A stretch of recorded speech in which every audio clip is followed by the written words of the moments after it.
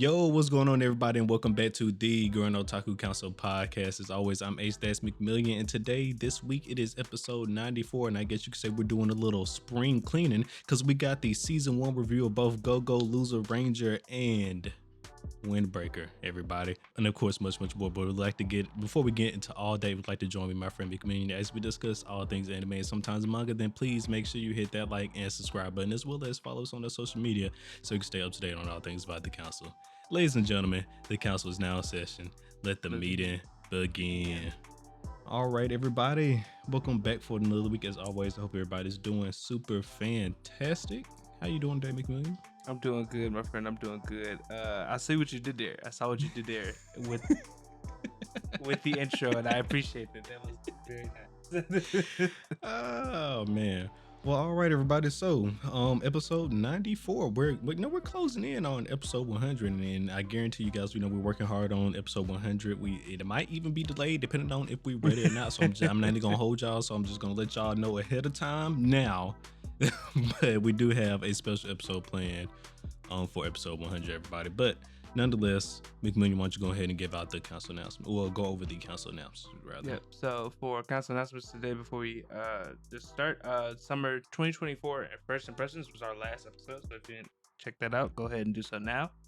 And if for those following along with Ace's One Piece reactions, 11:13 and 11:14 should now be up. So if you're interested in those, please go ahead and go check those out. Reaction and reviews, not just reactions. So we also discuss shit right at the end, everybody. So stick around. That's right. I'm so used to just saying the review part. I thought I said it, but yes, it's reaction and review. Yeah. And then for today's schedule for the episode, we're gonna go ahead and review Go-Go Loser Rangers first season. Hit you guys with the anime news. Come back with Windbreaker's first season's review, and then give out a weekly recommendation, and then wrap the episode up with a review / discussion on My Hero's latest episode for season 7, which was 150. Yes. And then before we start today's episode, all the chapters and everything for each section are in the description of the episode. So if there's a certain review you want to skip to, you can just look in the description and find those time steps. Just head on over there, everybody. All right.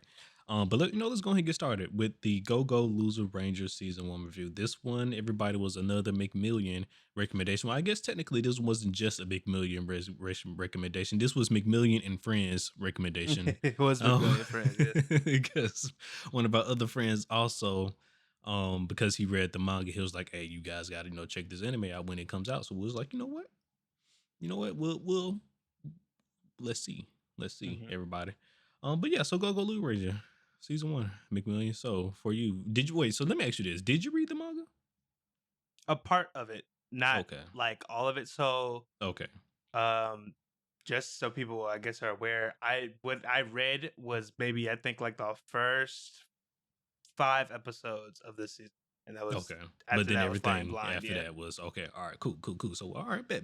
All right. So for you then, at what point did the series grab you? Like, I guess you was already interested in it, right? Because just the theme of the show, right? Because that's what made you first watch it. But I guess, as you was watching it or even reading it, when was that first moment that really pulled you in? So I think for me, besides obviously, because I like the premise, for me, I think like the first thing that really got me was, so I guess there's 2 parts.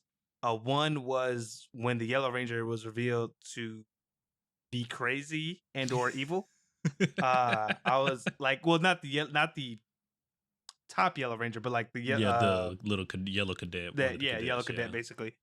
And then when they had the Ranger meeting of this season, and they straight up just murdered somebody in the meeting room, and Red Ranger was like, "Cool, now that that's over, let's eat." And I was like, "Okay."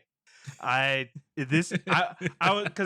think when I was reading it / watching, I was legitimately like trying to figure out. I was like, okay, I know people describe this as like Power Rangers, but like they're corrupt or whatever. And I was legit wondering, like, are we gonna get like boys level of corruption? Like, how far does the corruption go? How and then far I was like, is it willing to go? Okay, I see. I get it. I see now. Okay, yeah. Well, no, I think what really pulled me in was one part of the like you said, seeing the Yellow Ranger was crazy because it was like, okay, now we getting somewhere because now we got the Rangers got more than one enemy, right? All Mm-hmm. right, now we getting somewhere. But I think also when what was that when Fighter D infiltrated the when he actually started infiltrating the Rangers, we started learning more about them, and you actually starting getting to see the inner Mm-hmm. workings of the Rangers. Kind of like how you said when he killed somebody, but a little bit before then, I can't remember any specific scenes, but just kind of getting to see how they operate, on the daily basis and stuff like that. So it's like, okay, everything isn't just all red tinted glasses roses, things of that nature and everything. These guys are actually evil. Evil. They Mm-hmm. not only have they've been using these monsters, they've been using them for money on top of that, and then whatever else, other goals and actions that they just want to aspire just as everyday human beings and stuff like that, right? Just Yeah. ridiculous, right? Ain't no reason y'all out here. First of all, we could have been moved on from these monsters. Y'all 10 years, 10 years. Okay, I understand maybe milking like a good 3, 4, 5 years, but a whole decade now, Mm-hmm. like just crazy. Like y'all ain't had to do them boys like that. Yeah, no, I definitely agree. I was just like, because I think what that's the interesting aspect about it is like how has this organization like been going on for 10 years? Besides the fact that just like I mean, entertainment wise, like how how really entertaining can it be for the heroes to win all the time and there not be a thing? But you find out that like actually there has been roster like as the season progresses, you find out that there's been roster changes and other things of that nature going on behind the scenes that have increased the longevity of it, which I thought was Well, for the most part, it looks like it's just been the same Red Ranger though. So it looks like he's been probably maybe the OG member, if you will. hmm But so definitely interesting. I mean, from what it been seeming, his interest is just want like fame and power, but there's no telling really what this type of he's a psychopath. We can all see it. There's no oh telling what yeah. this man really want, right? Oh Definitely, man. definitely. So I guess moving forward, like besides the thing that kind of like grabbed you, what was your like I guess any standout moments for you from this season or like the show or the series? 100% the Ranger um little selection they had going on, right? Oh, the Ranger selection, yeah. I love that. Not even in the aspect of like when the monster showed up, but just seeing the Ranger versus Ranger dynamic. I just love that aspect of it. hmm For me, besides that, because I do like that one, I think it was when the boss monster came back. I forget its name, Yeah, so but same part, but yeah, just yeah, yours, but just more for the boss monster. well, I mean, it wasn't even like I guess for the boss monster, but it was like everything that kind of went into it because it was just like one, where the fuck have you been all this time? Oh shit, that's what you was doing? Crazy. Two, how the fuck did you get? Because legitimately, like I said, I hadn't read up to that part, so when it happened, I was like, wait, what the where did you come from? And then like you find out that what it was doing this whole time, and I'm like, oh my god, Making that it's bodies. crazy. He's just doing this here of all places. But hey, that was very interesting. Um, because like I said, it just was very unexpected. Because I was like, oh, Fighter X is about to get found out, and then uh, it turns out that actually the Blue Ranger was about to let her go. He didn't even have to die. And the old boy pulled up, and I'm just like, oh, what the fuck? Yeah, that was hilarious. Old boy was about to take her out, and then the boss ranger just showed up, just like surprise, motherfucking. I'm just like, oh, all right, here we go. Now we pulling out the cheat codes, right? Now we hmm pulling out the cheat codes. Oh man, but then the blue ranger, like you said, the blue ranger shows up, and then I thought everything was gonna end all nice and dandy. Unfortunately, it did not. Though we'll get to that a little bit later. But I do apologize, everybody. We just started talking, and we didn't even mention what the hell Go Go Loser Ranger was. Oh well, technically, you know Can you what? please tell the people Oh, what is Go Go Loser Ranger? that's fair. So if you're tuning in and you have not and you did not watch the show from last season and you just want to know a basic premise, Go-Go Loser Ranger is Power Rangers, but basically fuse it with like kind of the boys motif where like the heroes aren't actually the heroes; they're corrupt. There's things going on underneath, like the basically from what it seems, because every was it The Rangers have existed for 10 years. 10 years ago, these aliens came down and invaded. You had originally the boss monsters who were the leaders, and then under that you have the fighters, which are like this shape shifting force that follow the boss monsters' commands. Within the first week, I believe is what they said, or year of them being there, the Rangers won, but they decided to keep the shape shifting fighter force alive so that they could continue to ride their fame and success through an event that happens every Saturday morning or every That day. was Sunday. It was Is every Sunday? Sunday. Every Yeah. Sunday. Every Sunday morning, where they go to this arena and people can watch the Rangers in action fight the fighters, basically. But they believe that the boss monsters are still around because one fighter takes up the play, like transforms to make himself look like a boss monster every Sunday, and the cycle just continues until our main character, Fighter D, decides to break the cycle and try and destroy the Rangers from the inside out. So There we go. All right, enough is enough, he said. And but unfortunately, our boy Fighter D doesn't have any special talents, if you will. He's just a lowly fighter, so he has to use his wits and whatever bonds he make with people, even though he claims he doesn't want to make any friends and yeah, whatnot, but he made a whole group of friends this season. he did. So he's gonna have to use, the friends and bonds he make along the way, and just also, his intelligence to take down the fighters, not the fighters, to take down the Rangers. Mhm. Yep, and then as you can kind of tell, because me and Ace were talking about it a little bit before, his twists and turns ensue because obviously there's a boss monster now running around and another fight. Whole bunch of shit. I think another part where what really pulled me in was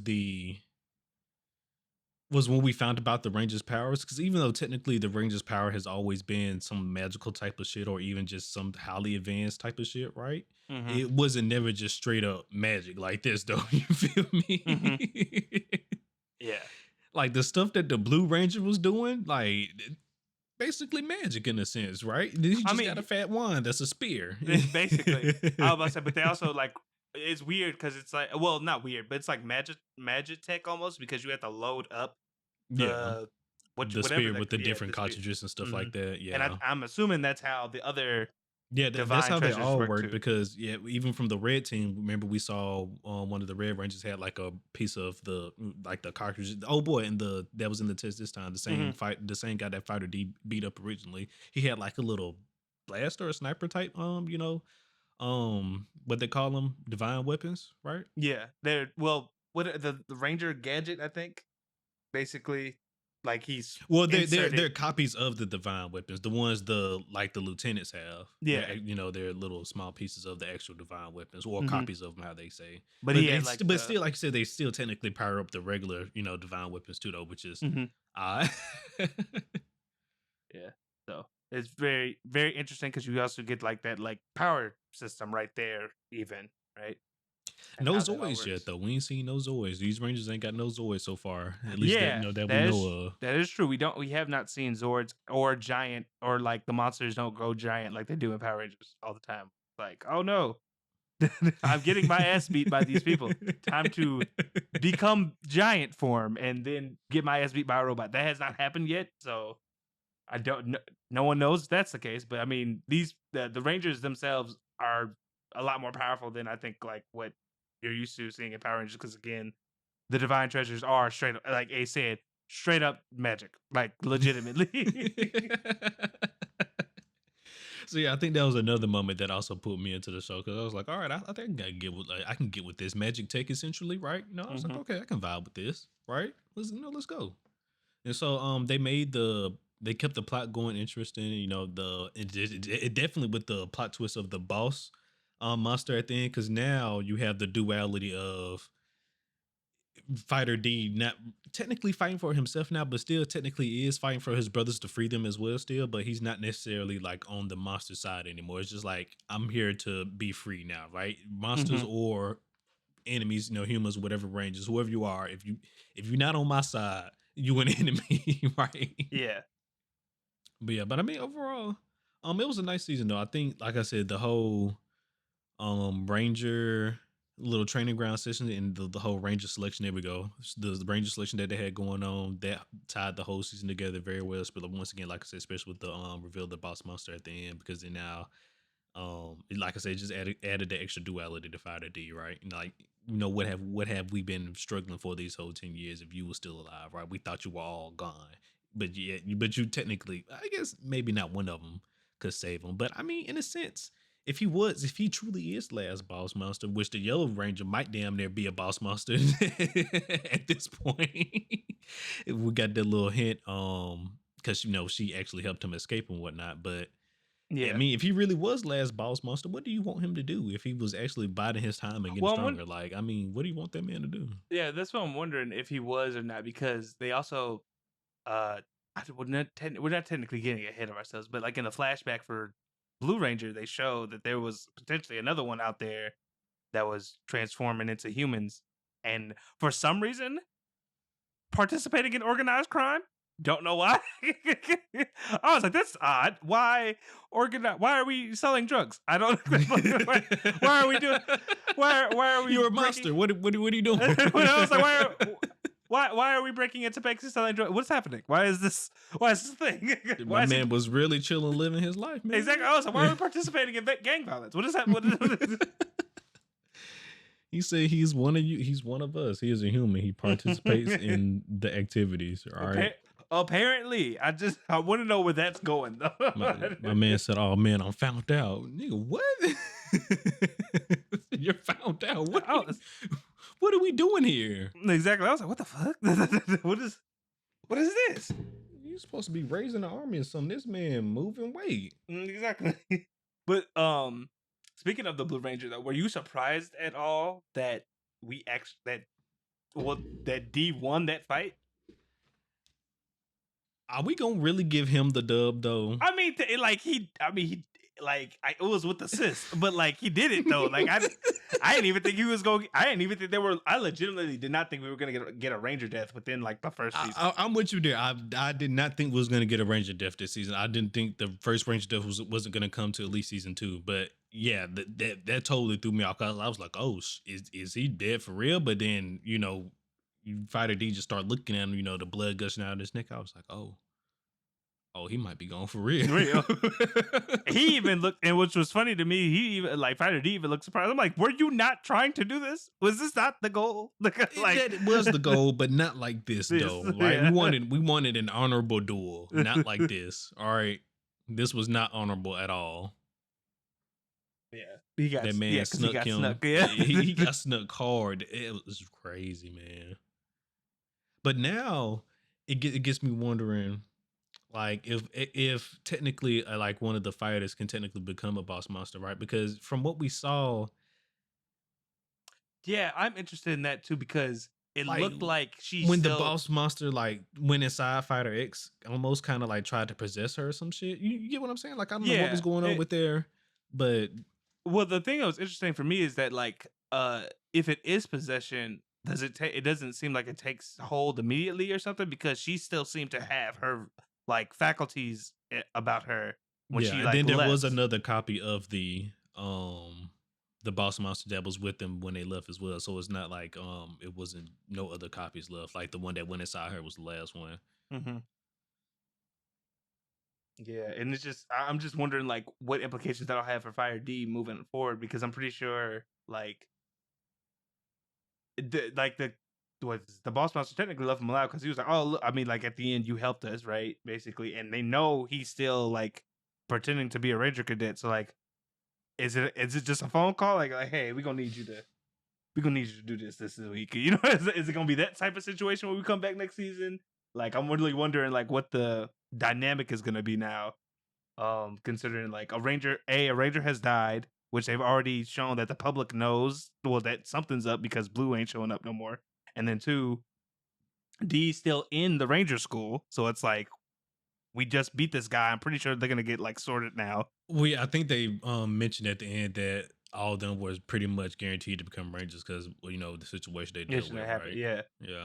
So it's just I wonder like where they get sorted and then how that's gonna affect the story now, because I'm just like, wow, there's so many avenues you could go into with this.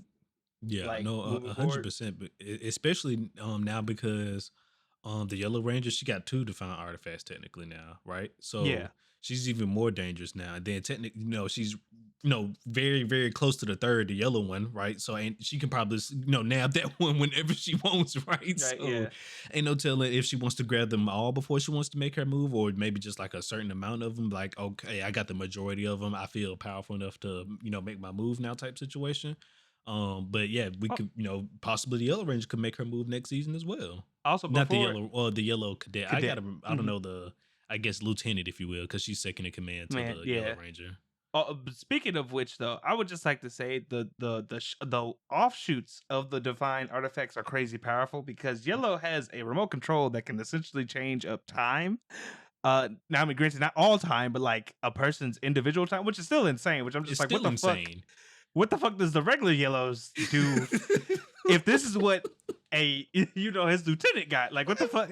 What do you mean you can manipulate time? Like, what are we doing here?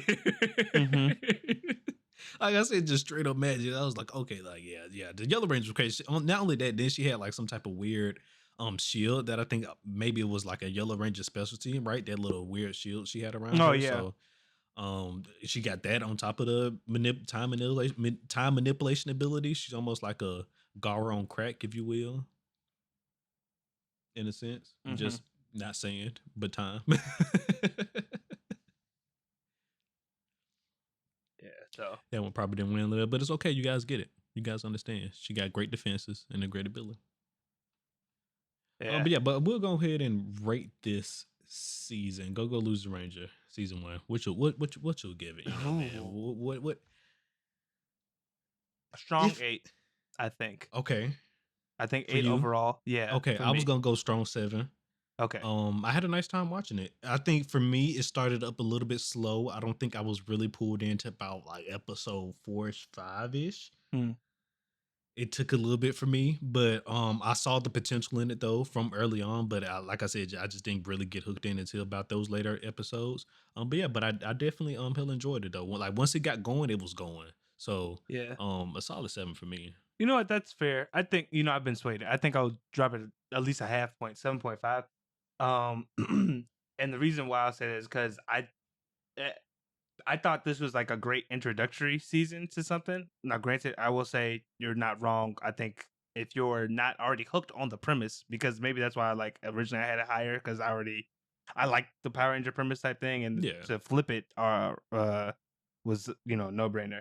But I will say those first few episodes, if you're not already kind of like into the premise, are slow. Like you're not sure where. I mean, like you obviously understand though, like where what the motivation of the character is. It's just like nothing has technically happened yet, other than him escaping. Like I don't, like how interesting is this going to be? Because I'm, technically you didn't watch the series, so we'll just watch a fighter integrate into regular society, right? So it's like, what Yeah. the fuck is happening right now? But when it got going, though, it was, it was great. So I think with that being said, like 7.5, I think it's fair. Strong 7, definitely. Like I couldn't see giving it anything below a 7. But to me, I think there's like a little bit of oomph that it gets because like the last couple episodes were just really Oh well yeah. Oh yeah. Those, like you said, those done. last few episodes, like 9 through 12, we was moving, hmm baby. It was lit. Yeah. But yeah, for me, solid 7 for season 1. But all right, everybody. So let us know down below in the comments what are your guys' thoughts and opinions on Go Lose the Rangers so far. And now we're gonna talk about Windbreaker season 1. Everybody, the Oh, did you anime just want to coming. jump? Yeah, we just jumped straight into it. We Oh, just okay. jumped All straight into it. The anime coming to dethrone Tokyo Revengers, everybody. right. What? All right. Big claim. All right, but if we're being fair here, technically, Tokyo Rangers and Windbreakers are two totally separate shows, right? Yeah. Because one is dealing with time travel and all this other stuff, and one is not. But their themes are kind of similar because Yes. middle school to upper middle school violence, small high school violence as well, right? Um, just kids out in the street throwing hands, hooligans for no good reason, parents not watching them, nobody knows where they're at. None of these motherfuckers are in school. Just everybody just like, no, Takamichi and everybody, they went to school. But these guys that went breaker, right? None of these guys go to school. Everybody just out walking around, walking about. I was about to say, yeah, they go to school. Air quotes around what school is. Right, two totally separate shows, but just kind of similar themes. But Windbreaker season 1, right? Mm-hmm. This, besides like something like your regular traditional shonen or more of something like a Naruto or something like that, right? This has probably was some of the greatest hand-to-hand combat we've seen in a minute, right? Like just in a hot minute from like some new gen type shit. Like just hand-to-hand, like no magic abilities, none of that. Yeah. Just hand to hand. If you guys want to throw Baki in there or something like that, by all means, I haven't, watched the Baki series yet, so they probably are throwing hands in there, right? So you want to throw Baki in there and all that too. But just in general, just straight up, hand to hand combat. This has got to be some of the best choreography we've seen in a minute. Oh, definitely. I would definitely say so. Yeah, this show. I mean, granted, even like from first episode, and I think this was like one of the first things that came, or yeah, one of the first animes that released for spring. One of the first things that everybody was just raving about was it was like the choreography for the fights and like the animation. So definitely, that is 100% what Windbreaker led with, going into like the series. All right, so for you, I guess what, for me, I really only truly had one issue with Windbreaker, and I guess once again, before we go too far, McMillian, please, can you tell everybody the plot of Windbreaker and just in general what it is? I mean, technically, did you not? I guess technically, technically you did, but like, I guess to like fully summarize it, if you're tuning into this and you haven't heard of Windbreaker, and you don't care about spoilers, Windbreaker, basically is a show about I don't remember the main character's name, forgive me. But basically, oh my God. Basically, it's about this guy who, for the majority of his life in grammar school and middle school, was bullied due to his odd appearance, which he just has heterochromia in the eyes, and part of his hair is white or gray. But he was bullied due to his appearance, and so he got into a lot of fights when he was younger. And basically, he decided to transfer / live in this area where basically the high schoolers were known to be delinquents, and he was hoping to become like the king or the strongest one out of all of them. But when he gets into the area, he realizes, oh shoot, like there's the school is a gang. It does have a gang members, but they're not delinquents. They're legit, like kind of more so the way I would probably describe anti-delinquents, if you will. I was gonna say like a peace force or like a neighborhood watch, almost like the perfect version of what a neighborhood watch, I guess, is supposed to be. Like they go around cleaning up graffiti, making sure people aren't getting robbed, fighting random hoodlums that may accost businesses. Like they're for all intents and purposes the perfect version of a neighborhood watch. And the main character's name is Sakura. Sakura, thank you.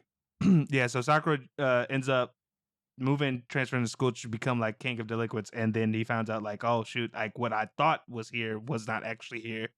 And through that, we just basically see him join this group of, like I said, super neighborhood watch people, and hopefully grow as a character. Although at first did not seem like that was going to be the theme of the show.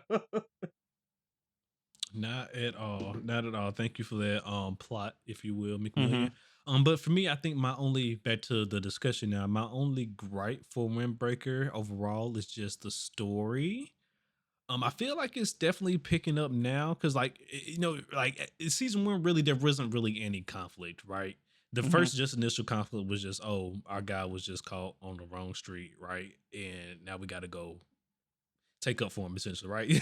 Nothing crazy. But leading into season 2, the season 1 ended, I think the plot is definitely pick up because now, you got one of the group members, right? Lone life friend, got into some trouble with this other group, mixing up with bad people. These bad people seem like they're gonna kind of like Tokyo Revengers when the Majin gang were heading to the like underground corporate side of things. It's kind of like that's like the direction this like gang is kind of headed in. Maybe not that serious because like the Majin gang was taking over everything, but just kind of like in that direction. Just more the not so less horrible delinquent side, the more horrible delinquent side. There we go. But and now we got to go save him. And then Sakura being Sakura now that we got to know this character more, really he does want friends. It was just really, like you mentioned earlier, really just hard truly for him to make some this whole time. But now that he's a whole bunch of guys, like-minded guys like him, right? He's finding friends, making friends and things of that nature, people that actually believe in him. So now, once again, your problem, my problem now. Let's go ride out. You feel me?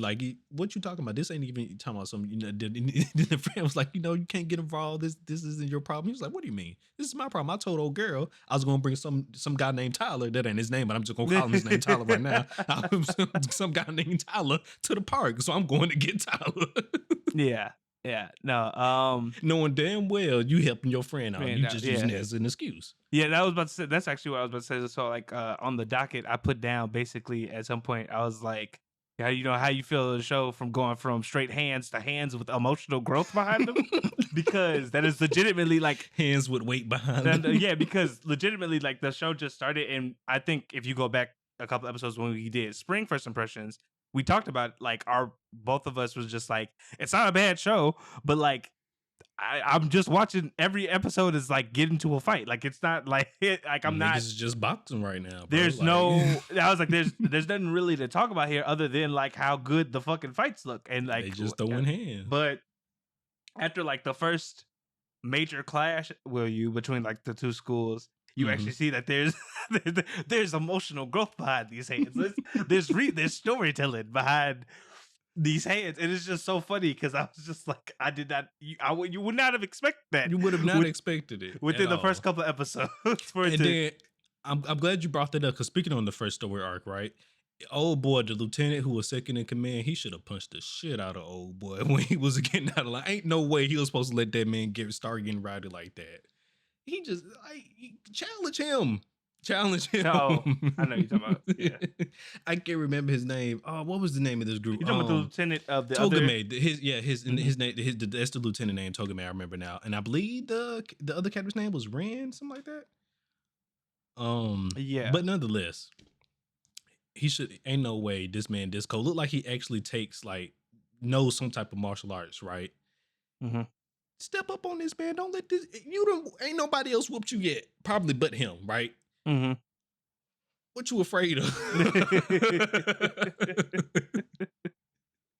Yeah, what you afraid of? And especially your friend, you just let your friend go down this dark path. I guess I kind of understand like what he was trying to do. He was trying to just let his friend find his way, and he was just essentially just going to take on like all the quote unquote evil, if you will, or just like the horrible things that he was doing. He was just gonna like take all the blame for it. But still, though, that's not a great way to go about this situation. There was a terrible plan. I saw how how you could fall into that trap. Obviously, right? These are supposed to be young kids. But like, yeah, I was just like, that's not how you do it. You should have fought his ass or something. Like, but yeah, what was I about to say? That's because oddly enough, I think that's where kind of Windbreaker started to shine, was when it got to like the part of like, hey, we're doing this for emotion, like there's emotional reasons. This guy, this character, he technically started this game to also be like the second version of whatever that's what our main character joined. Boofer. But then it got out of hand, and it was just like, and he was just like, only the strong can basically be happy. So basically, I can't have losers in my group. I can beat everybody ass. That kick he gave in that fucking tournament, ridiculous, bro. After his lieutenant lost, I was like, oh my god, is he alive? Like, ridiculous. Definitely felt the Tokyo Revengers vibe from that kick right there. Man, they didn't waste no time. I was like, whoa, what the fuck? Like, he just turned. That was definitely a Mikey kick right there. Yeah, sent that man flying. He's like, who said you could talk? I was like, oh, shit. Oh, no. Like, yeah, he done lost his mind. I was like, he lost his mind. That's your man's. What the fuck? Yeah, no, yeah. They was getting down in that theater, boy. They was getting down in that theater. But yeah, like you said, when we started learning the emotional weight behind the scraps now, especially once you started learning that Togame wasn't actually a bad person as well, because Hmm. he was technically one of the whole main reasons why this started as well. But then when he found out why his other guys was there, on this other street doing whatever the hell they was doing, he was like, "Oh, y'all was down there, fucking around. I thought essentially, they started this. You ain't Exactly. tell me all this, right? Like, so Hmm. we in this because of y'all. Like, what are we, Took a what are break we just doing? took a break just to get their asses right. He was like, "Hold on, we gonna do this, but first off, I let me But now handle I it." gotta, yeah, we here now, so we still gonna scrap, but you still finna get dealt with though, because this could have. Why am I here? Essentially, is what he really wanted He to say. wants to Why say, am I yeah. here? Oh man, but yeah, that was yeah. After that arc, it was like, okay, yeah, I can get with this. I can get with this, and then it led us into, even though it wasn't really much scrapping after that, because it was just leading up into what we're gonna be dealing with for season two. But still, it got me excited for it. It let me know, I was like, okay, like yeah, they really got whoever the animators are behind this. You can tell they got a lot of love and passion for this show or this work or whatever, because they not playing around. Like the choreography is going crazy. Yeah, yeah. I don't know That, who the choreography director is either. You get that man a raise. oh, All right, definitely. Oh, get that 100%. man a raise. 100%. All those fights looked amazing, and you could follow each of the movements, even like the crazy looking ones. Like it was great. The mapper might snatch that boy up if they haven't already. Man, listen, I don't know what the I guess technical term for the job is, storyboard and whatever it is. Whoever was the nigga that was doing choreography for the fights, get that man a raise. Yeah, because mapper will come by and snatch that man up. Like, hello. JJK season 3 need to, it's around the corner. It's around the corner, baby. We need you. Hello? We need you. We need some of that hand-to-hand magic that you did. But JJK was going crazy. Once again, speaking of JJK, season 2 was phenomenal. It definitely a step up from season 1. Is like I said, the potential that remember when I was talking about the when season 1 first came out, I was like, I can see the potential here, right? But I don't know, I just need some more. But then lo and behold, season 2 came out, and I There was you like, go. all right. We Yeah, here. it was. We here. This is Yeah, it what I'm was. talking about. That's what I'm talking about. But yeah, Windbreaker. The emotional plot is definitely getting there more. That's the only, like I said, the only one real issue with that. But other than that, yeah, the fighting's good, and hopefully the story continues to get better. Yeah, And I am excited for season 2. the only thing I'd say, before we get to rating it, the only thing Mhm. I was gonna say, if there's anything I had to take points away from, is kind of like that beginning half, because even how it ended, because like Mhm. I like where it was trending, but you end it in the middle of like probably like what's going to be a very interesting story beat. You feel me? I mean, the cliffhanger, the season I mean, no, I get cliffhanger. it, cliffhanger, but I'm saying like we spent majority of the season on just hands, just hands. Like I had like no reason We to be did. invested. I had no reason to be invested into anyone because it We was did. legitimately just fighting. Yeah, but episode 1 and 2 was just like, hey, get to know everybody. About episode 3 and 4, it was like, all right, hands. Yeah. And technically, but would you say what episode 1 and 2 was get to know everybody? Get to know everybody was get to know their name. Like the only backstory technically we got was like the main character, and again You I right. I state this like that's You right. We were that's just such a learning small motherfuckers' piece. names. Oh, this guy's strong. What's his name? Oh, this his name. Oh, this guy's strong. This this who group he lead right here. Everybody, you right. We were just getting names. That's the only exposition we was getting. There was like no story. There was barely any story beats. They were just giving out the hierarchy of Bofrin. That's all. Hierarchy of Bofrin, and then the hierarchy of the other group, and then in between the fight, when we finally got to like the tournament between the two, is when we start getting like actual like story beats, like full on one. So that's all I'm saying. If there's anything to like dock this points, No, I feel you. that. Yeah. I feel you. Besides, yeah, story wise, in the beginning, it wasn't much. It was just hands. If anything, you was watching for the hands, because that first episode got you like, oh wait, this what we doing? Huh? Like, oh, this what we doing? This? Oh, okay, I think I can sign up for this, right? because they definitely showed you in that first episode. Hey, this is what this is what what you got. This is what you got to look forward to right here. So why don't you stick around? You feel me? And I was like, okay, I'm Which gonna do ain't that. ain't nothing wrong with that, but at a certain point, I guarantee, like for instance, if it was just 5 episodes of that, people would have just turned it. They would have been like, nah. Like this is cool to look at, but like shit, like why though? Like Yeah, because then it'll be more of a like just show me the cool fights when it gets there, right? Like forget everything else about the show. Just show me, let me know what episode the cool fights.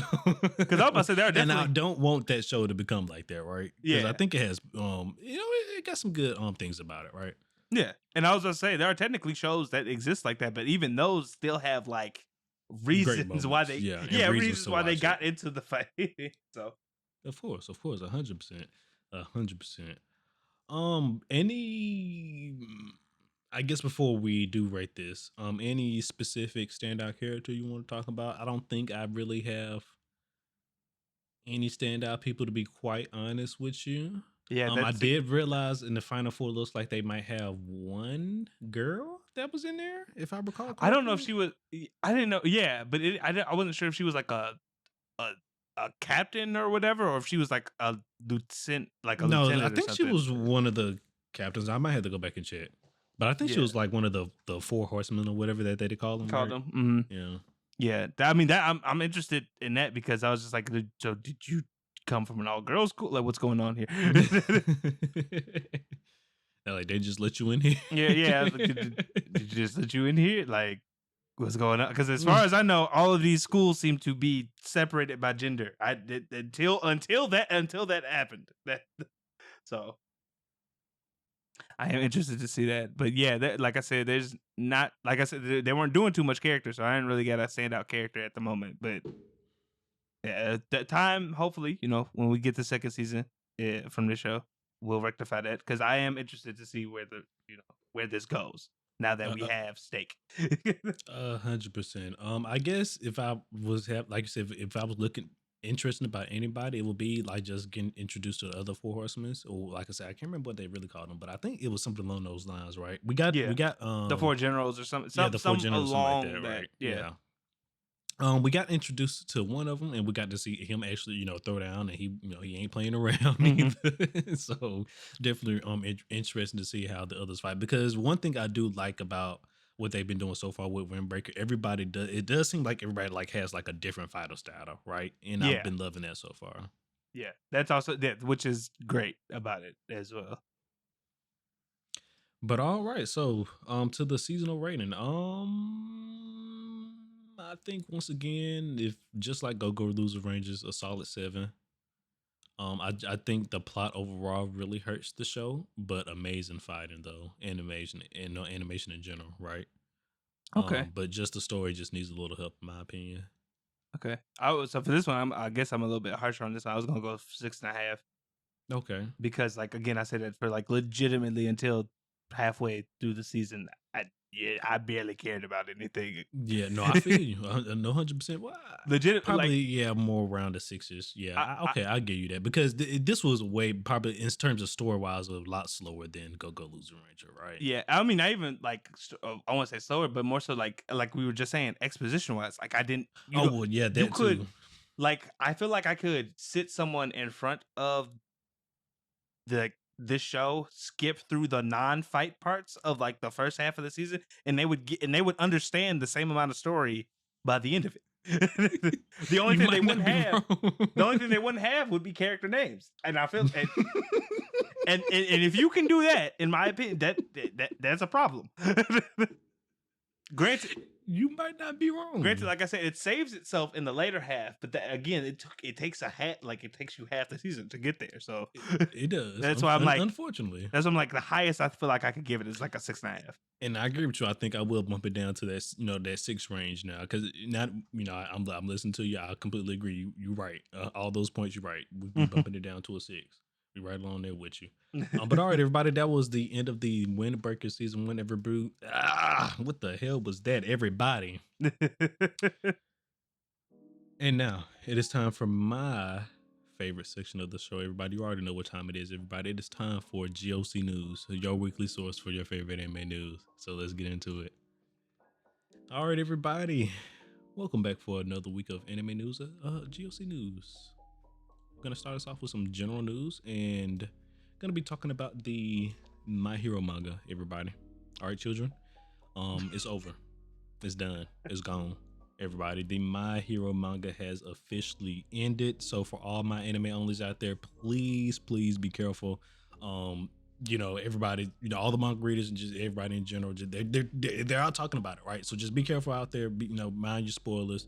But also just celebrate in general, right? Because My Hero has been going on for 10 years. Apparently, time just flies by. But yeah, the My Hero manga is done. Thoughts on that, McMillian?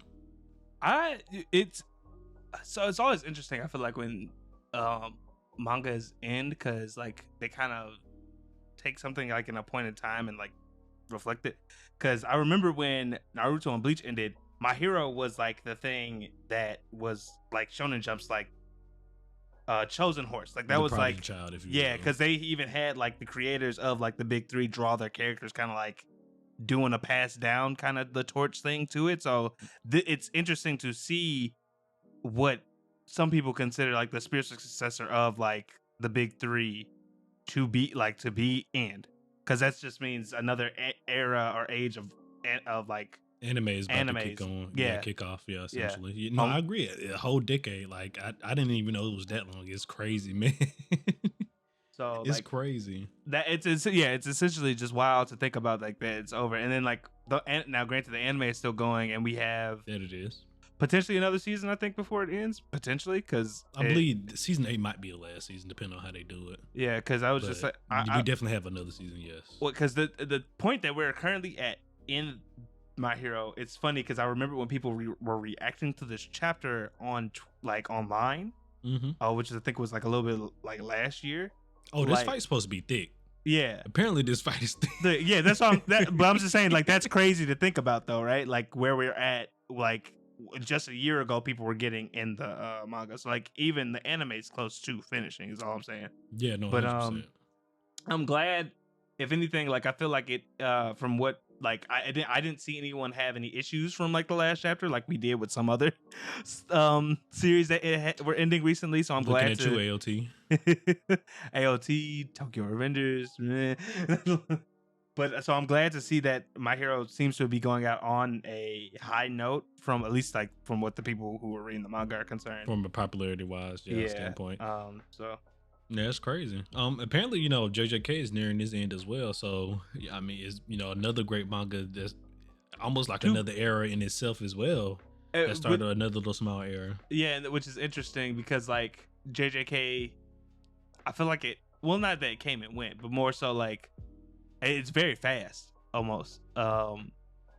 But also to be fair, I don't know how true that is, because the manga author also said like he was expecting it to end this year or like last year or some shit like that, and it obviously went longer. So these manga authors, they don't sometimes they don't know their own timing.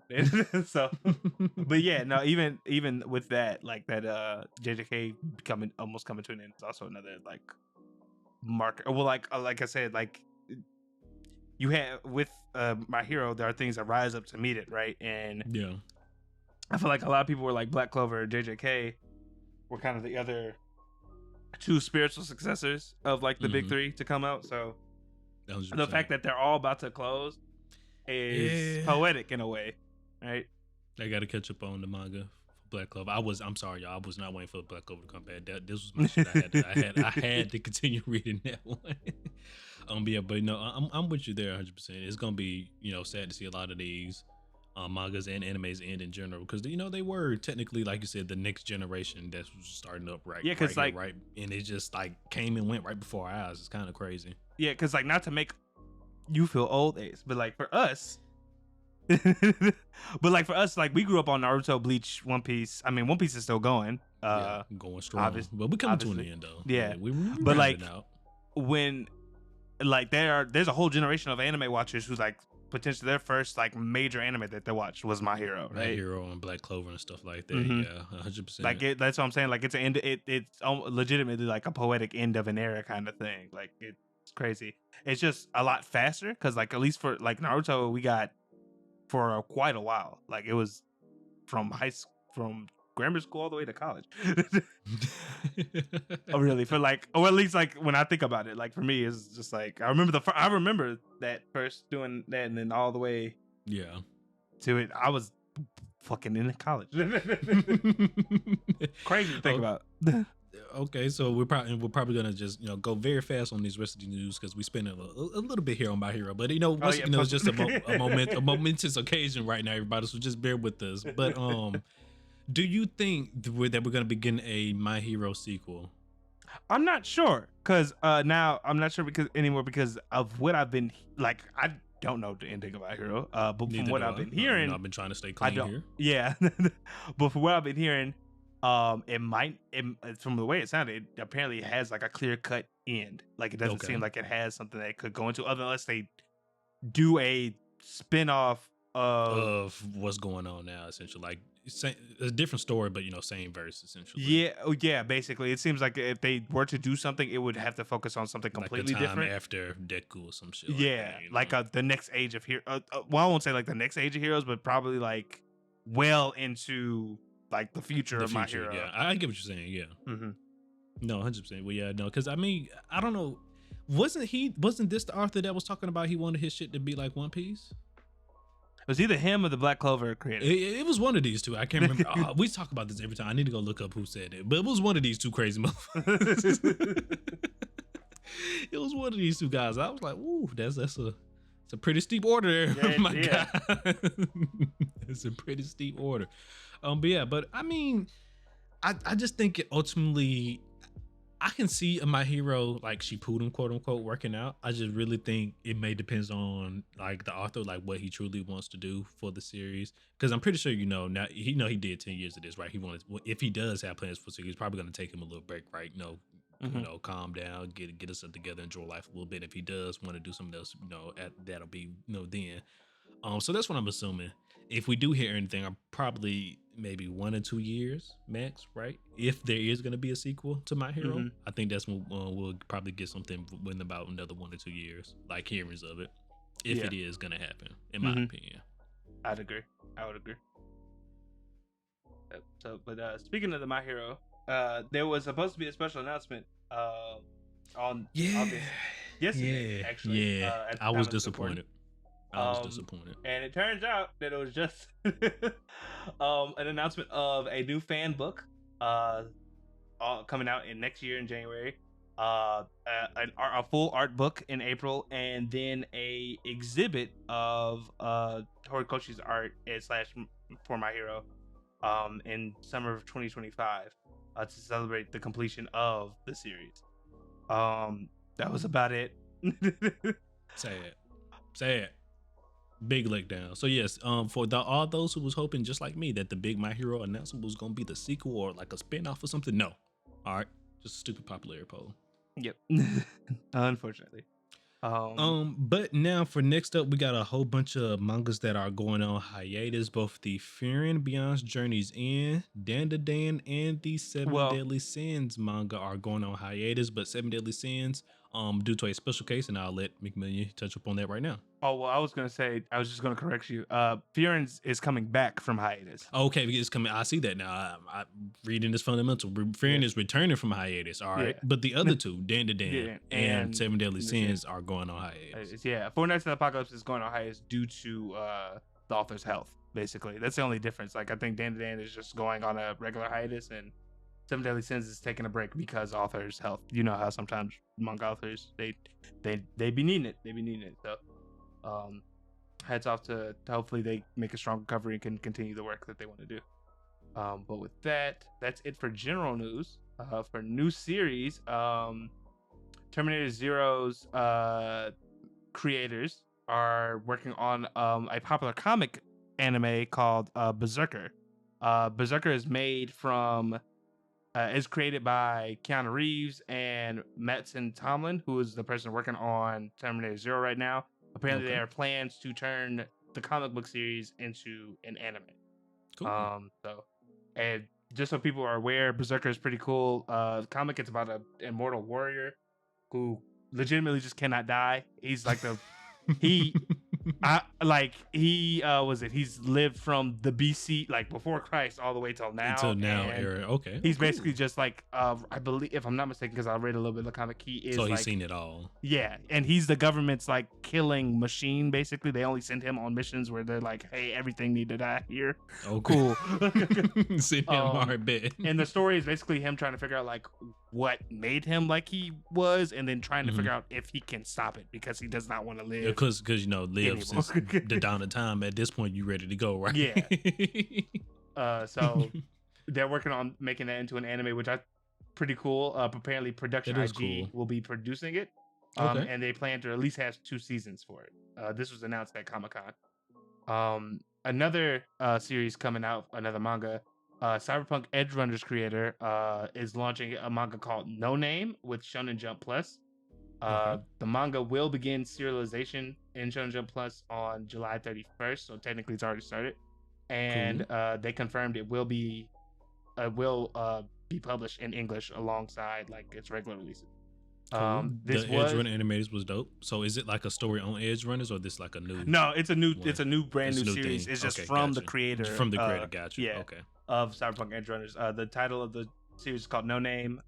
The brief description that it gives is it's a dark action mystery set in Northern Europe where supernatural powers are attributed through a person's name, and people are named by the government. So you only get approved names because of that. Because of that, you only get approved names by the government. And the main characters are a guy who has the ability apparently to fight with wolves, and a girl who can transform into a werebear, and they're investigating a missing child's case for the government-run naming agency. So, very wild and interesting type of stuff going on here. Well, all right. Well, thank you for that, everybody. And now for some upcoming and future releases, everybody. It happened. I'm starting with this one. I'm skipping all the way to the end. The Wrong Way to Use Healing Magic got announced for season 2, everybody. We did it. We did it. It had a teaser video to announcement that was came with the announcement as well. So for those who don't know, the Wrong Way to Use Healing Magic was our hidden gem for the winter 2024. What is that? Is that winter? Yeah. No, that was winter because fall is next. Yes, you're right. Mm-hmm. Yeah, I keep forgetting that. So yeah, the Wrong Way to Use Healing Magic was our hidden gem for the winter 2024 season. It is a phenomenal show. It's one of those isekais, once again, that's those diamonds in the rough. I know it's hundreds of them out there, but this is a great show, right? Everybody, it's a great show. If you haven't yet checked it out, please go and check it out. But also the Kaiju number 8 season 2 has been we got the reveal of it. It's going to be coming out in 2025. Unfortunately, everybody, I was hoping it was going to come out, in fall 2024 here, but that's not the case. We're going to be getting in 2025, everybody. But something that is going to be coming in fall, we're going to be getting the SAO, Sword Art Online Gun Gale 2 season 2. That's going to be premiering on October the 4th, everybody. So get ready for that. Season 1 was phenomenal. I think the Gun Gale is my favorite spinoff from the SAO series. So yeah. Mm-hmm. And then not last but not least, but I'm gonna do one more day and head off to McMillian. Also, another fall premiere, everybody. We got Demon Lord 2099 that's gonna be premiering in October, fall as well. Now for this one was actually more interesting than what I thought. It seems like a Demon Lord that was reborn into like a cyberpunk type world, hence the 2099 name, everybody. So the trailer for this, or it wasn't a trailer, it was like the little teaser trailer, if you will, for this one, definitely seemed interesting. If you haven't yet had a chance, definitely check it out. Yeah, it looks good. I would definitely, okay, with that, there are some English dubs getting released for a couple of animes. The Unwanted Undead Adventure is getting one on, it already has one. Apparently it came out on July 31st. As well as Berserk of Gluttony got an English dub on July 31st as well. Bartender Glass of Gods English dub started on August the 1st. Okay. And excuse me, Winter of 2025 Undead Unluck is coming back, but it's with a 1 hour special, so it's not a new season quite yet, but it's getting a special. Cool. And then the Terminator Zero anime is going to be releasing on the 29th of this month for Netflix. So be on the lookout for those. All right, everybody. And so that is the end of GOC News, everybody. And now, before we head on to our last discussion of the day, we're going to be giving out this week's weekly recommendation. Go ahead and take it away, McMillian. Yep. So this week's weekly recommendation is a somewhat slice of life. Well, actually, no, it is a slice of life. It's called March. March Comes In Like a Lion. This is a gentle tale about people trying to regain something, and it is a tale of battle. The main character, Rei Kiriyama, lost his family in an accident when he was young, but now he's a 17-year-old pro shogi player who is burdened with deep loneliness. Rei lives alone in an old town in Tokyo, but after becoming acquainted with three sisters, Akari, Hinata, and Momo, he begins to change little by little. Basically, ain't no harem, is it, Jay? No, it's not a harem. It's legitimately like a story of kind of like discovering yourself. Like it's a coming of age kind of story. Because the main character, he's gifted, but he also has led a tragic life. So it's kind of like, how do I basically learn to enjoy my life while also, rectifying the fact of like it's also a little bit shitty. Gotcha. Really good show. Really good show. It's English. The dub is great. It's phenomenal. It has one season, 44 episodes. Just as a warning, obviously from the description, it is sad. You may need tissues. I ain't gonna hold you. It's from the same creator of Your Lie in April. So obviously you're already kind of figuring out what the vibes are. But it's a really good show. If you're into slice of life, I highly recommend it. But also if you're, let's say, like you're not into, if you haven't checked out a slice of life before, this one is a pretty good story, in my humble opinion. It's really good. It is just unfortunately a little sad. So gotcha. Yeah. Well, all right. Once again, everybody, this week's weekly recommendation, March Comes In Like a Lion. Everybody, go and check it out. But all right, so we're going to round out this week's episode, everybody, with our featured anime of the summer 2024 season. There we go. I keep forgetting the goddamn seasons. The summer 2024 season, everybody, in honor of the My Hero manga not going on hiatus, in honor of the My Hero manga ending. The rest of My Hero season 7 will be the featured anime for the podcast, everybody. What does that mean? That just simply means you can catch us every week, no matter what else we're discussing. We're going to be talking about My Hero at the end, reviewing the weekly episodes every week. That's all that essentially means, everybody. But so yeah, join us every week for my weekly My Hero discussions. So episode 150, everybody. The episode right after Bakugo got bodied. Yeah. It's not literally funny. It's very sad. Literally though. Yes, literally. This so how we just gonna go, we not beating around the bush here. We're gonna go straight to it, right? Okay. How do you feel about, I can't remember his name, but the hero essentially basically, giving up his life for Bakugo? How do you feel about that? Yeah, okay, there you go. And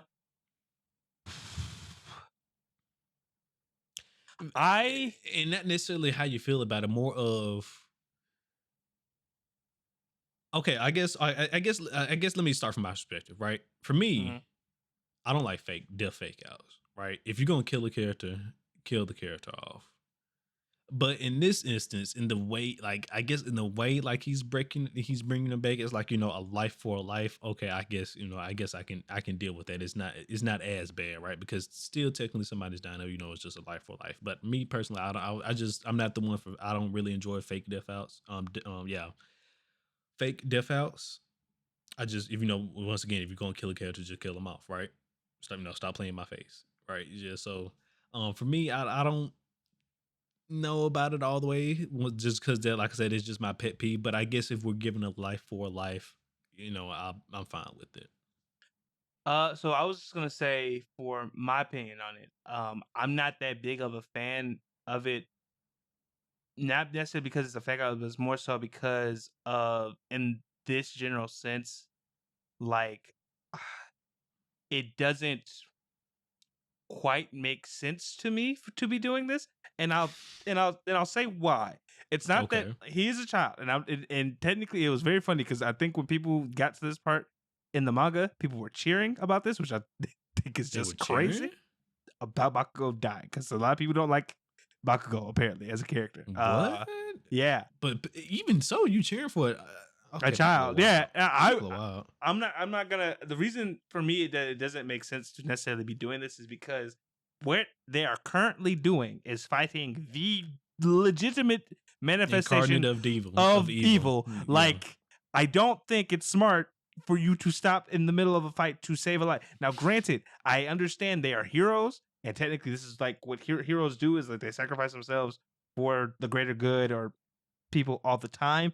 I just really feel like this is one of those moments that is happening because the author didn't want to fully kill off one of their characters.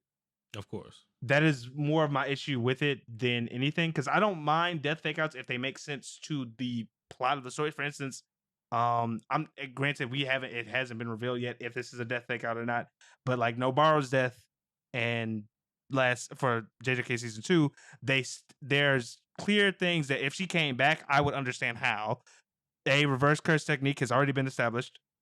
If she figures that out, she can regenerate. And then 2, Toto even says, well, not Toto, but the guy Toto brought with him said that, like, I stopped the bleeding. It's a very small % chance that she'll live. Yeah, that she'll live. Yeah, so it hasn't, at least for us anime onlys, right? We we don't truly know if Nabaro's going or not yet, right? Yeah. So I mean, like, I don't mind death fake outs if there's like established reasons why they could come back, like potentially come back, right? Yeah, of course. This one though, for me, just feels bad because I don't think it makes sense in the context of like what is actively happening right now in the situation. Even that, like, if we think about like the guy, are we giving it? Are we going give it to the author of how this guy, essentially this guy's abilities and how he's bringing them back, right? This guy can essentially he's doing inside stretch and thin his body into different shapes and stuff like that, and so he's basically going to mold himself, stitch up his heart and basically become his heart, right? Well, Gina stitched up his heart, but he's basically also stitched up his other organs and stuff as well. Yeah, I was about to say he basically his heart that got fucked up. Yeah, he entered the pathways of the blood to basically help it pump better than like normal CPR would. That's technically what he's doing. He's doing like internal CPR, but like on a extreme level. I'm not necessarily against his power being able, because they've already shown the fact, like they explained his power when it was happening. It's more of just the issue, like okay, I get it. That's a kid. He died. That is the literal like, did you see what he just did? We've all been having issues with fighting him. And now, granted, I know this kid technically just pulled off something that like we thought possible, because like we haven't been able to do anything to like scratch him, and he just did something. But like, we still have to deal with that. Why are we stopping in the middle of the fight? From the words of Headshot, we need this kid. And again, that's what I'm saying. Like, I don't like it when this to me just feels like a blatant thing of just not trying to kill off of a character that you I feel 100%. Because like you said, not even that. It was because legit. Next, you don't even get a chance to really sit with it. Next episode, right at the beginning, I'm saving his life. I'm giving up my life for his. Like, you don't even have a chance to sit with the fact that this man is really gone. Other than that week you waiting for the next episode to come out. They don't even discuss it. They don't take time to like think about it. Is legit. Like, Headshot is 100% just like immediately, I'm a hero. I gotta sacrifice myself for this kid. Okay, yeah, but there's like 5 other heroes right now fighting for their life. You don't think they need you? Like, I don't get like to. Yes, obviously, this is sad. This kid went out. He could have helped all that in the other, but like, we need you here presently. Yeah, exactly. We need you. That's my biggest issue. We need you here presently. Presently, because like theoretically, what if this doesn't work, right? And then because now we down 2 heroes. Now we down 2 heroes. I mean, I'm assuming this is going to turn out right, because once again, life for life. So I'm assuming that's what's going to happen. It may not necessarily. It might be like a few episodes type of thing, right? Where we see Deku, start boxing with old boy. Then randomly one day Bakugo just opened his goddamn eyes, right? Then now he back in the fight. Maybe not, of course, immediately, because nigga just came off a deathbed. But I think if he won't be out for too long. Let me rephrase it. I think we are gonna end up getting Bakugo back, right? Because once again, life for life. That look like that's what's about to happen. Yeah, exactly. So just like I said, it's just like my biggest issue is just when it is happening, not if, because if they had, like I said, like suspended disbelief for a second. I'm not saying that Headshot couldn't do what he's doing right now, but like, my nigga, turn around. But Deku's here now. Deku's here now. Though. I mean, he didn't know that though before he jumped inside his body. Like, no, he didn't know that though. Like, oh, they're gonna be like, yeah, Mirio's there, like McMillian and Mirko and all the top 3 from like UA are here. Oh, let's talk. But let's talk about this. McMillian's on fraud alert.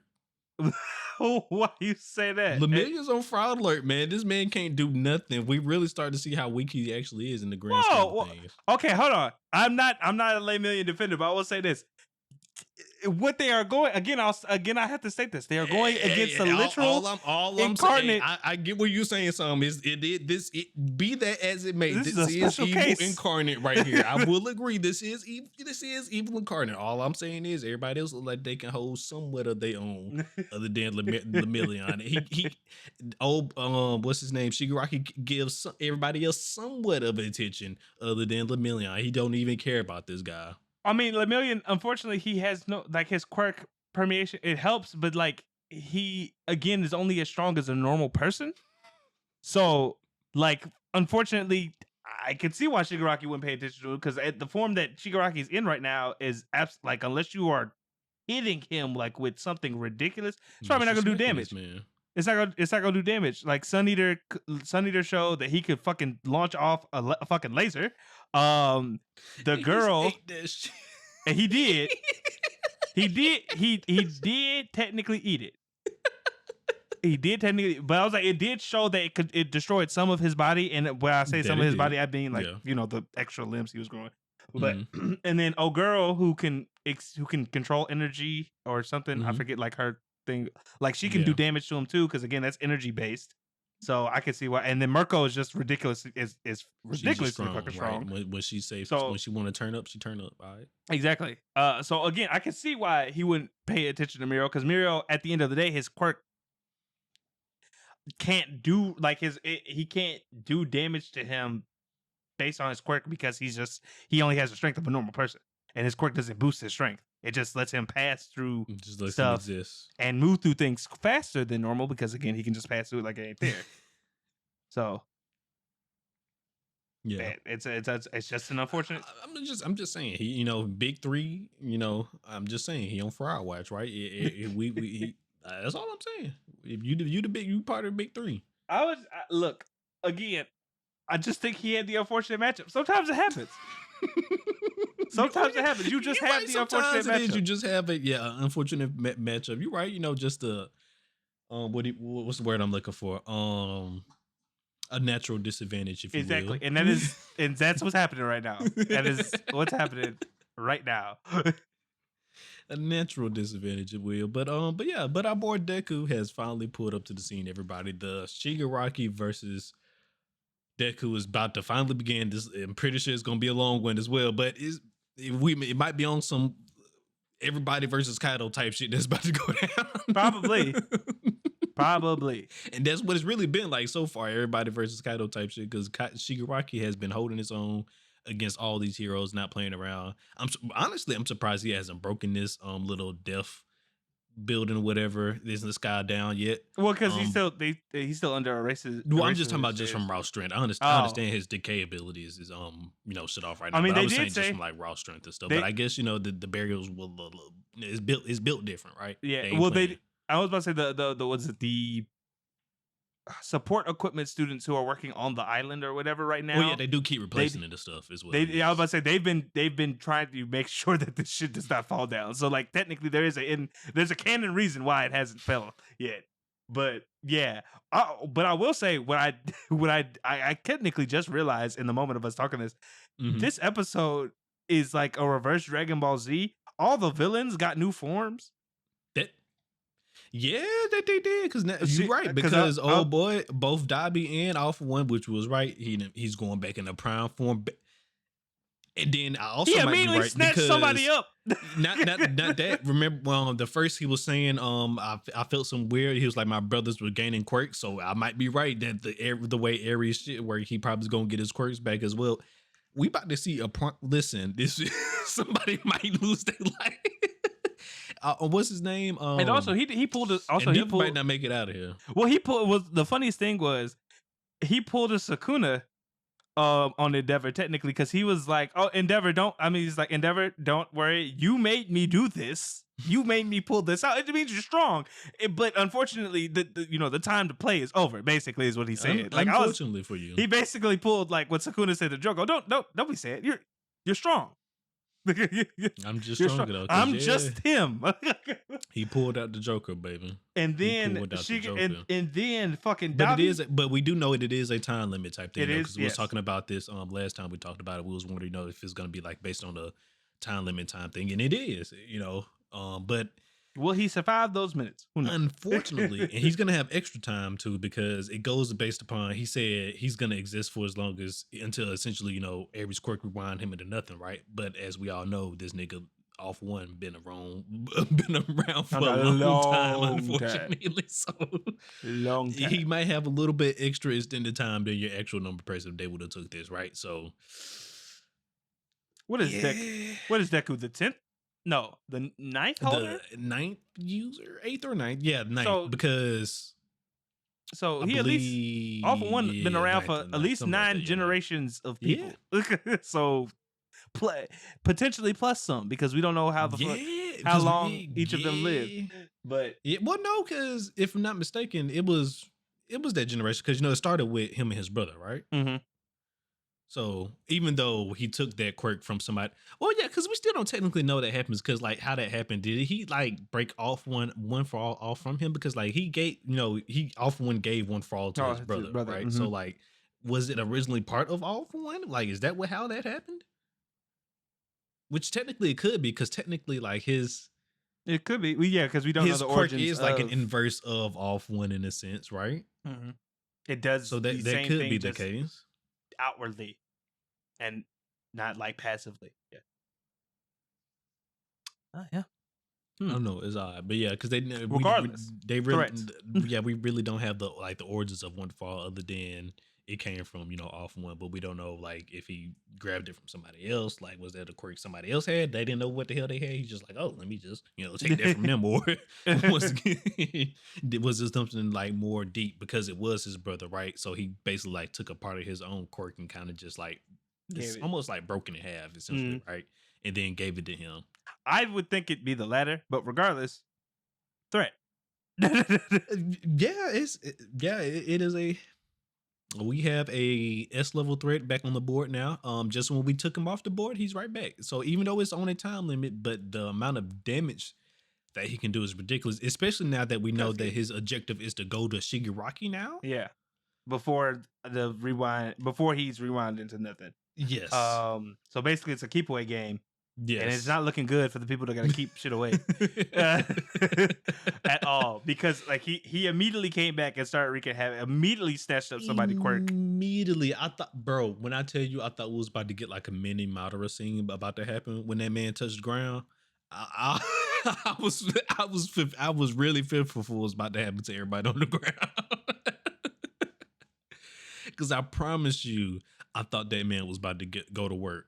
I mean, he still could because technically he definitely still can. We ended the episode with him. It might get to the point where Hawks just be like, "Hey, everybody is now or never. We just got jump him. Like, hey, you might die, but this is it, right? Jump this man. This may be your last chance to do something. Like, it's either jump this, it's either risk your life right now. Or we just lose, right? So it might get to that point. And we might see something like that. I don't know, man. But yeah, I'm expecting some wild stuff to come from Alpha One, like the Prime Alpha One before he leave, right? I'm expecting some crazy stuff. Mm-hmm. I'm expecting some crazy stuff 100%. But definitely I'm excited for next episode because we're about to finally get the reveal of One for All's last quirk. Yeah. So that's gonna be great. Yeah. That I'm very looking forward to that. But I was also about to say, besides that we also got Dabi coming back. Now, granted, there wasn't that big. There wasn't a lot of that shit that was happening around him, but that again, he was just like, "Oh, I watched you do it for like a minute, and I was able to do it, and now he back." And which is crazy because like he just has all fire, so yeah, like, that's just concentrating and circulating fire, my guy. That's what I wanted to know. Like, are you would control legitimately now? Did you just learn how to control temperature? Is that it? Yeah, like what's going on? I don't Because know. for Shigaraki, I mean not Shigaraki, but for Shoto to do that, he had to inverse both his powers, and he just got, like you just said, the flame. So it's about to be very interesting what this next episode looks like, because we have 3 powered up villains going toe to toe with like fuck, like it's just going toe The to toe best with that we people that got might right not. now. Yeah, the best that we got. Because who's better than what we got right now? Deku, Endeavor, and Todoroki. Because Bakugo is down for the count, Mm-hmm. right? Unfortunately, Aiza was half a guy right now. Yeah. We lost a few other, we already lost a few heroes back in the previous season, right? So we already, down some men just in general. Mm-hmm. I don't think we have no better right now than what's actually out on the field. So it's definitely going to be interesting in these next few episodes because, like you said, the best of our best right now is currently, tied up and being. We did hear that, or not here. We did see that, the America was talking about and arguing with each other whether it was going to come and help out Japan. So maybe they might send, reinforcements there, even though they're probably none of them, probably be as, strongest star, but Yeah. reinforcements are reinforcements nonetheless. You feel me? So that might be a thing, but yeah, I don't know. It's a lot going down. Definitely ready to see how this is going to go and who going to make it and who not going to make it, especially on the All For One side, because Shigaraki was one thing, but All For One is just like he's just a demon, right? So, and now that he's back in prime form, Yeah. even for as short as it may be, like I said, I'm expecting to see some crazy stuff these next few episodes. Even though I'm pretty sure next episode we might not get All For One stuff because it's going to be solely focused on Deku versus Shigaraki. But what if we do get to that, right? I'm expecting to see some crazy stuff. Yeah, shit about to pop off. Insane. No spoilers 100%. For those who already know. Yes, please. If you're a manga reader, please, no spoilers. We are anime onlys, and I'm assuming most of our viewers are anime only as well. So probably, yeah. Please, no spoilers. But yeah, we're not, because we're not rating this episode, right? No. We usually do it, save the rating for the feature stuff to the end. So I'll go ahead and wrap us on up out of here. So as always, guys, appreciate you for watching / listening.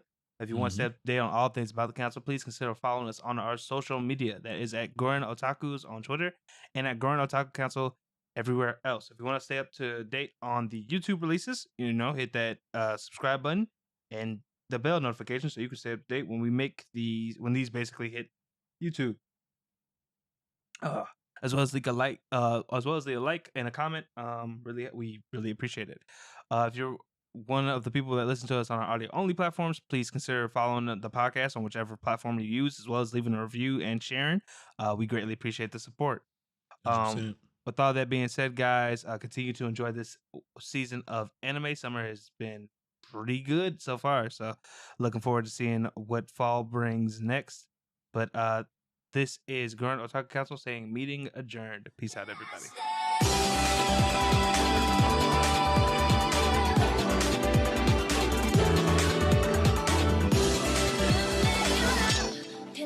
Yeah.